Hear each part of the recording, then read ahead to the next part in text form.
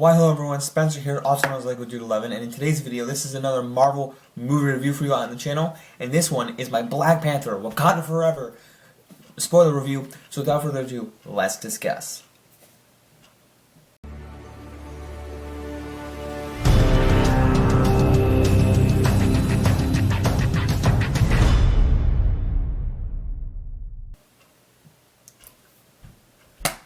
Alright. So without further ado, I do have my list of notes here that I did take down of the movie, and I have a lot of thoughts coming out of this movie. In particular, side note, brief, I almost said warning, housekeeping, if you want to check out the vlog I made, click that card up there. It was a good one. It was a massive one. Massive. But I just, and yes, please click the card up there because I had so much enjoyment making this vlog with the people I saw this movie with, my friends, and yes, I mean, this movie is expansive. I'm just going to tell you guys right now, this movie is expansive, it's impactful, it's heartfelt, and it's emotional. Those are the words to describe this movie. And I was at this movie theater, and I'm just like, I was trying to gather my thoughts about what I thought personally, and then what my friends thought, because I was like, man, this is a good one.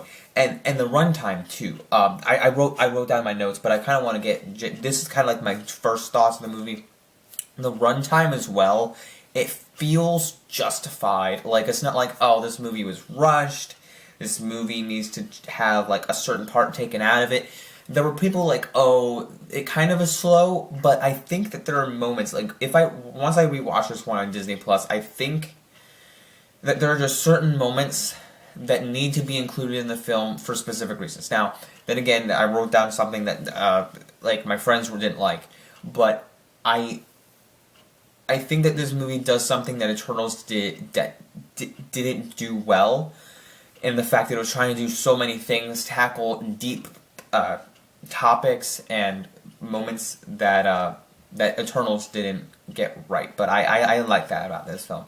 So kicking off my notes here, the score, man, the soundtrack, Ludwig Göransson, and specifically Rihanna made a couple of songs for this movie. One called "Lift Me Up," I think the other was "Born Again," maybe. I think that was Rihanna. If not, I don't know who it was by, but I believe it was Rihanna. And, I mean, Ludwig's score was gorgeous. I mean, the way he incorporated, when I watched the red carpet event that happened on YouTube like 2 or 3 weeks before the movie came out. And I got to hear comments of the interview, him talking with the people about Ludwig Göransson himself.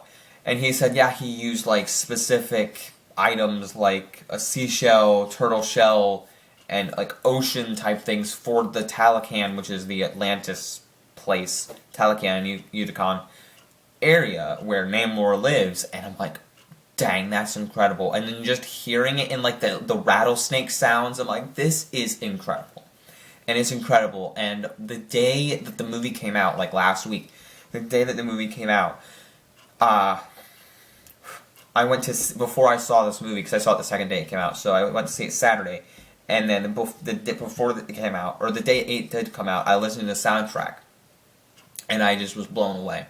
So, yeah, I loved it, and, you know, Rihanna put out her song Lift Me Up, which is beautiful. I hope she wins awards for this, not she, but that the music wins awards, and all sorts of stuff. I just can't get enough of this. I love Ludwig a lot. He's not my favorite movie composer, but he is somebody that deserves a lot of praise. And I cannot wait. He's doing the Oppenheimer movie next year, and he does Mandalorian. So I'm excited for the next Mandalorian season to hear what he has. So that's my thoughts on the score. Lots of good stuff there. And yeah, Born Again as well, that song that was played. And just a lot of heartfelt stuff, like the whole movie.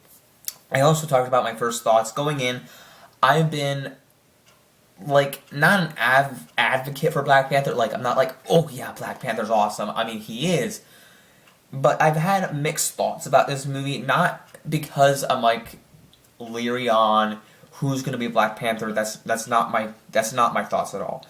I'm just kind of like, and I'm not burned out of Marvel. I'm kind of like, okay, I wonder how they're going to deal with this movie.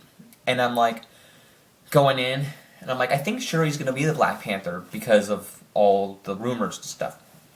And I'm like, okay. And because the first Black Panther didn't really like excite me for another one, but I'm like, okay, I'll check out this new one.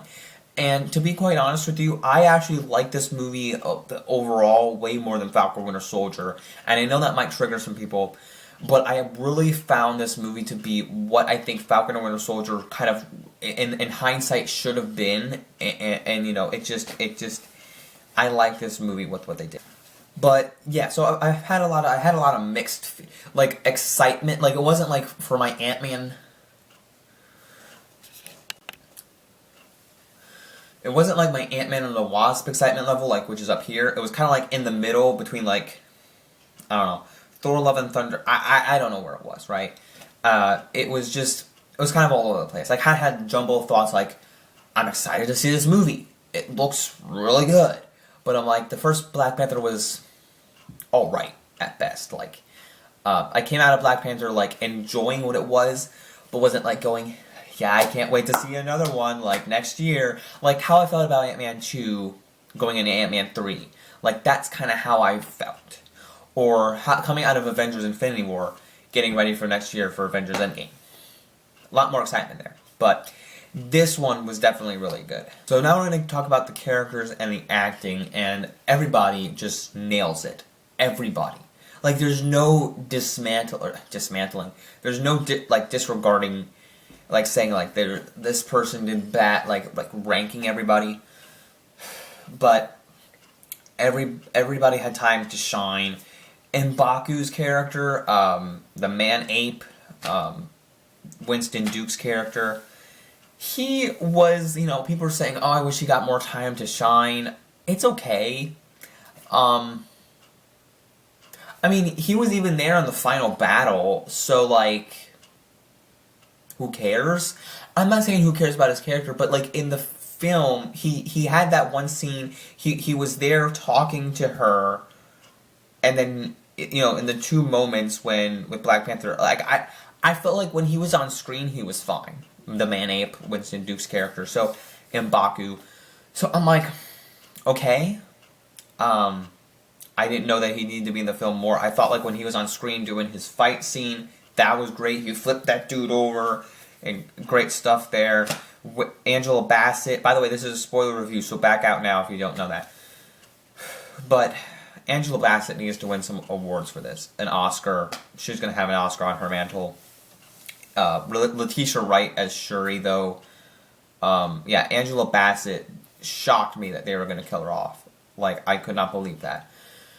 So, yeah, that surprised me. Because, you know, this movie opens, and this movie opens with, you know, T'Challa's death scene in the funeral. They're all wearing white. I'm wearing my Black Panther shirt here, but I wanted to wear all white to the movie theater because in symbolicness of Chadwick Boseman. And, you know, the scene opens with this white DNA sample and the parallel of how the first film opened with the black dust and everything. And I'm like, man, that's great. And it's just right open the gates with his death sequence with, you know, it doesn't just like shun away, oh, the Black Panther is dead. No, they're actually talking about how it's happening and explaining that. And then they go into his funeral, all the white outfits and the whole like music and everything. So it was deep stuff. And then they go on to the whole with the rest of the movie, and all the characters have time to shine. Angela Bassett, Nakia, Okoye, the Dora Milaje, even the other character. There's a new Dora Milaje entered as well that has some back and forth banter. It's there. It doesn't matter. Like the woman with the two daggers or whatever, it's fine. It doesn't bother me. But yeah. And then we have the Ironheart. I'm gonna mix this around. The Ironheart story, and I like her character.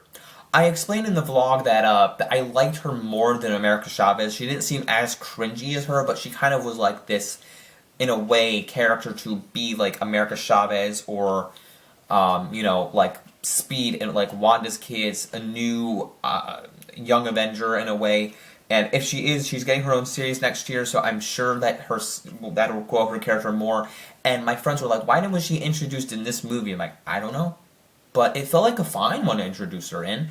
And I'm sure that when she gets her own series, her character will be developed more. I personally liked the suits. I loved the suits when the whole car chase scene was happening. It looked like the Mark I for her armor. It was great design. And her series, I'm hopeful for what her series will be. I've heard that the Hood is going to be in her series. I've also heard that Mephisto might be in the series. Now, that's just a rumor. Don't come at me and be like, yes, Mephisto's in the series. No, I don't know that. But I also know that... I don't know. I'm wondering if she'll be in the Armor Wars series that Don Cheadle's coming up in, because I don't know why she wouldn't be. Because if she's like an Iron Man type character, I bet that she'll be in it. But, I don't know any truth on that information. I just am guessing my own, knowledge of Marvel, so I don't know. But I didn't mind that story. I mean, listen, I mean, in the wholeheartedness of, if that made any sense, of, the whole logistics of, did this really need to be a story, a plot point in the movie? Maybe not. But it made it interesting. The whole Ironheart story, it made it interesting, especially for kids, I guess. People you don't know what's happening. Okay, we're going to explain it to you on a deeper level. Here's something that kids can understand because they aren't smart enough to understand. So we're going to throw in Ironheart to explain it a little bit more if you didn't understand it already. That's kind of the stuff that they're including to make it seem like that for the people that didn't already understand who were too dumb. I'm just saying you're not dumb, but if people who didn't know that character was there for you. But I didn't mind it. I didn't mind America Chavez either, but then again, I'm a Marvel shill, so I don't care. But I liked Ironheart. And all the suits and the upgrades that she made along the way. By the way, the politics and government storyline with excuse me, Everett Ross and Valentina Fontaine Leonard, Julia Louis-Dreyfus, who's also in Seinfeld. I didn't know she was going to be included in this movie, and then I saw her, and they're like, something about our previous marriage, and I'm like, what? They're married? Okay. Was that kind of relevant? I don't know. But I'm like, I didn't know if that was relevant in the movie, or if that was something, specific that you're leading towards. But, and then, I heard stuff about this movie, Easter eggs, a breakdown, and they're saying how she's going to be in the Thunderbolts, teaming up with the Thunderbolts, and, Captain America New World Order, and what her point was in this movie is it to recruit someone? Is it, what's their plan? And I found the,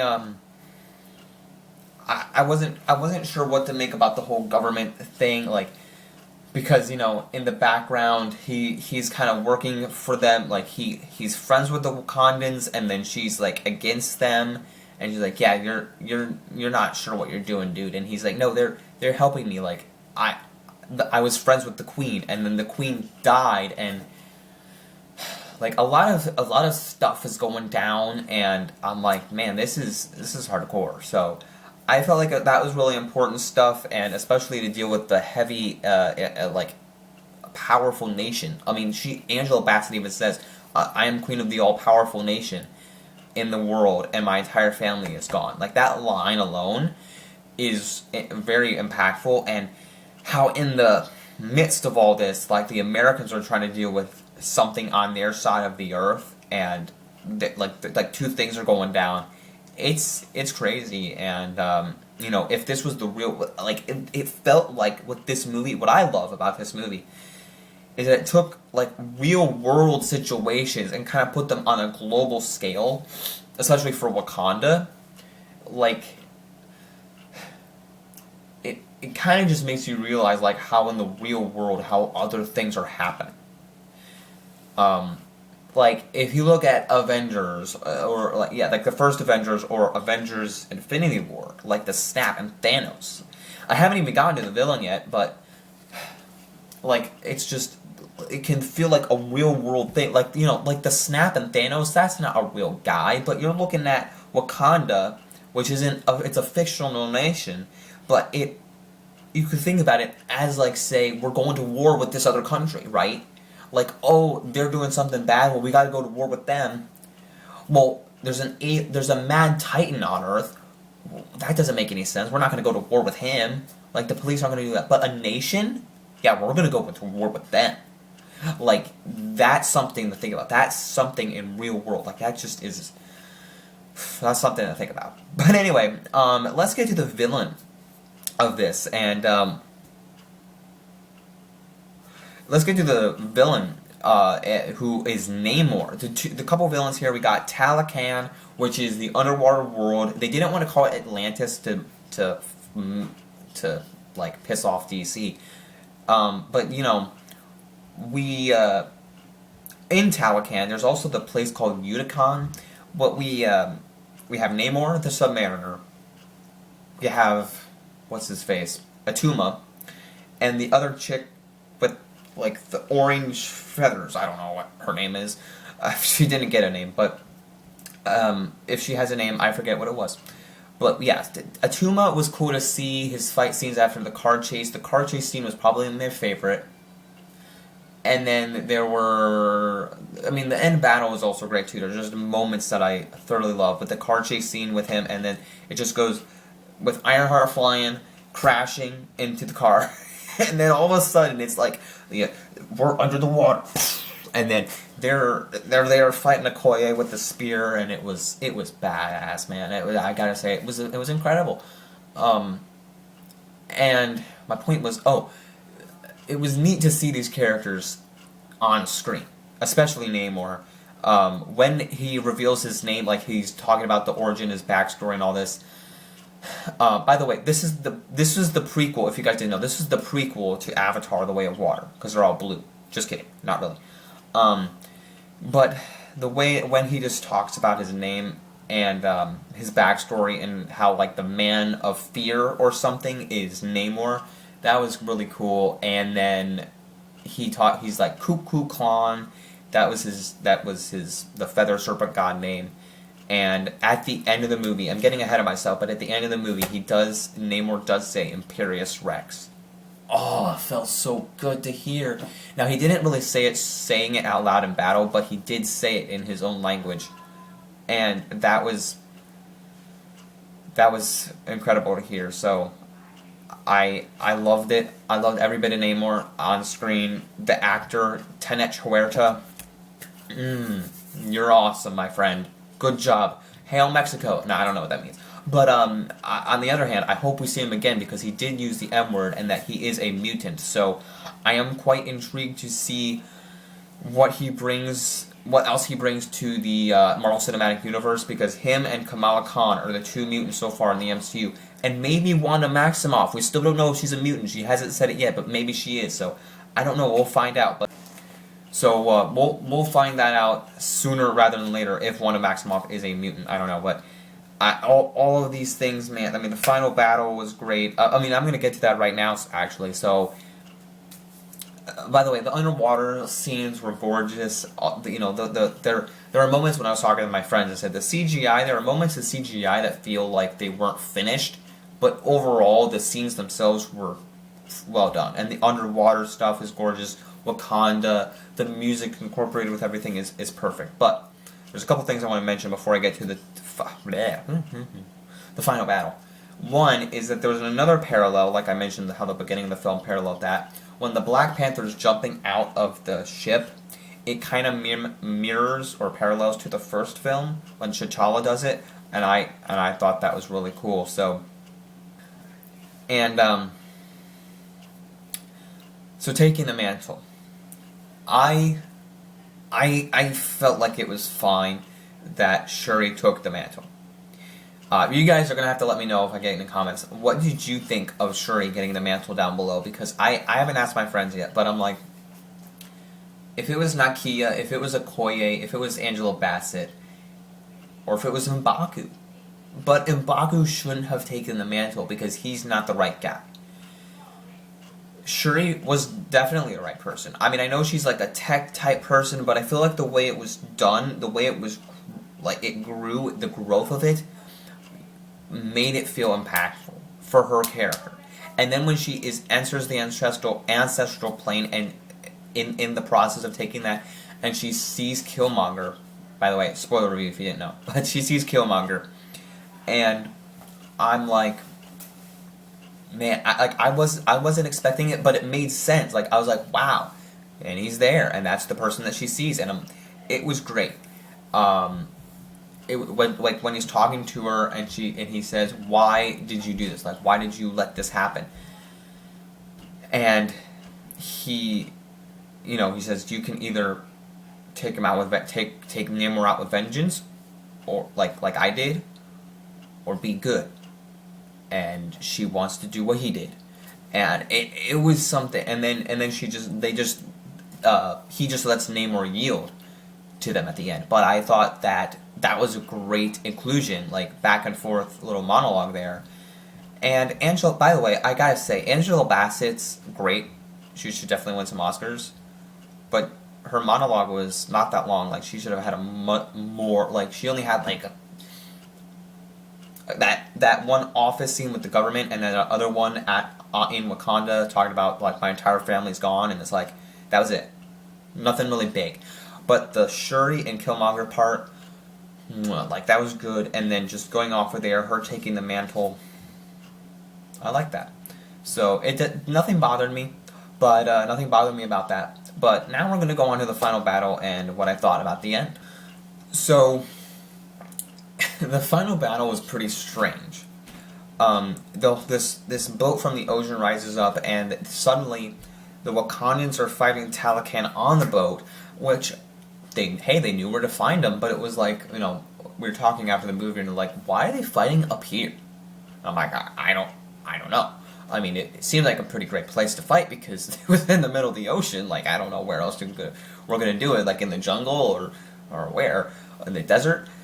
But, and then Namor, they use this great plan to, like, use heat exhaustion for Namor, and then they go out of then he uses his spear and gets out of the ship, breaks open, and they go fight, and it was pretty brutal. I loved it. I mean, there should have been blood everywhere, but in the process, Shuri just uses her claws. Like, she has the shooty things, pew pew pew, and she grabs his wing off his ankle. By the way, the feather serpent god, the flying man, the fish god, I like that. But they did say Unwambe and stuff and all that. But I forgot the other thing I was going to... when Ironheart's flying around and they're all fighting, it was fine. And, they had the Night Howler things. Night Howlers, that's from Zootopia. The Ghost... The Night... Was it called Night Howler? Or Ghost something. The outfit that Okoye wore, or was it Nakia?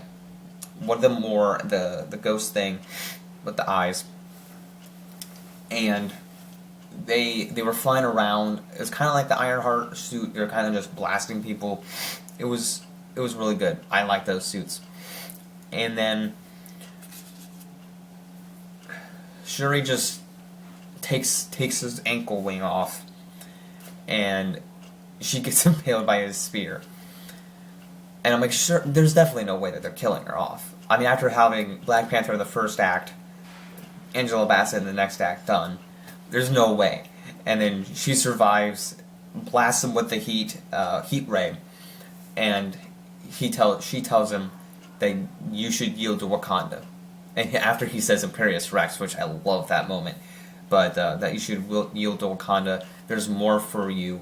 Don't do this. And the whole thing was great because you see these moments of flashback and a montage of her life, of him, of both of the characters, of Shuri and Namor, I lost his name, of their moments of life, and it was great. I love the ending. I love how it all took place there at the end, and I feel like this film, at the end of the day, it was definitely felt like a Ryan Coogler movie. I like Doctor Strange, how it was a Sam Raimi movie, but so much of it, there were great visuals, but some of it did feel rushed. I do like Doctor Strange more than Love and Thunder, but this film just pushed it up. And my friends and I still don't know if No Way Home is better than this or not, but like which is better. I cannot wait for Ant-Man 3. I know that's like a total like shift in genre for sure, but I am hyped for that film, and to see what comes out of Phase 5 is definitely worth the wait. I am ready. That this was a great end of Phase 4. What a ride we have had, especially with the last project being She-Hulk, which I didn't mind. It wasn't the best thing out of Marvel, but it wasn't my least favorite either. Falcon Winter Soldier. But that's all I'm going to say on that. So by the way, I'm not done yet. I have the end credits. The end credits. If you haven't seen the film yet, stay for that mid-credit scene because there is one. I said to my friends after that the "Lift Me Up" song played, and then the end credits, which was that T'Challa's son, T'Challa Jr. T'Challa Jr. We have like a little Black Panther coming out now. So yeah, Nakia comes out and introduces her son, who is, before T'Challa died, Black Panther died, that he is there. They have a son. And yeah, so after that, which I'm interested, I guess I'm not quite like, ooh, yeah, I can't wait to see him. I'm kind of like interested to see Ironheart more. It's like, I'm kind of interested to see the other Young Avengers before I see this kid. It's like, sorry. But anyway, after the end credit scene plays and I said to my friends, that's the only one there is, we can go. Like, everybody in the theater sat and stayed there for something. I don't know what they were waiting for, but I'm like, I almost wanted to say to them, guys, just get out of here. There's nothing else to see. Just go. It's kind of like Deadpool. Guys, there's nothing else to see here. What are you doing? But anyway, I didn't, because I didn't want to be weird. But anyway, that's all my thoughts on Black Panther: Wakanda Forever. I don't know when the next film is going to be, if they're going to make another one. But, well, time will tell. I'm definitely excited for Ant-Man 3, Guardians 3, and whatever the other third film is. Captain Marvel 2 is actually after that, so that's technically a sequel, so it's not number 3. But no, and then, you know, the Sony film Spider-Verse is coming out next year, which isn't MCU, but lots of Marvel stuff coming next year. I'm hyped for it. What did you think of Black Panther: Wakanda Forever? If you haven't seen it, don't forget to click the card up there, wherever it's popping up on the screen right now, videos, subscribe, and stuff. You know, if you want to watch the vlog, if you haven't already, please do. It's like 20 minutes long, but who cares? I had a blast making it. Don't forget to leave a like, subscribe, follow me at Boba Fiction and Master, links down below. Don't forget to like, subscribe, follow me. And Wakanda Forever. Don't forget to keep calm and play Let It Go. Peace out. Bye, everyone.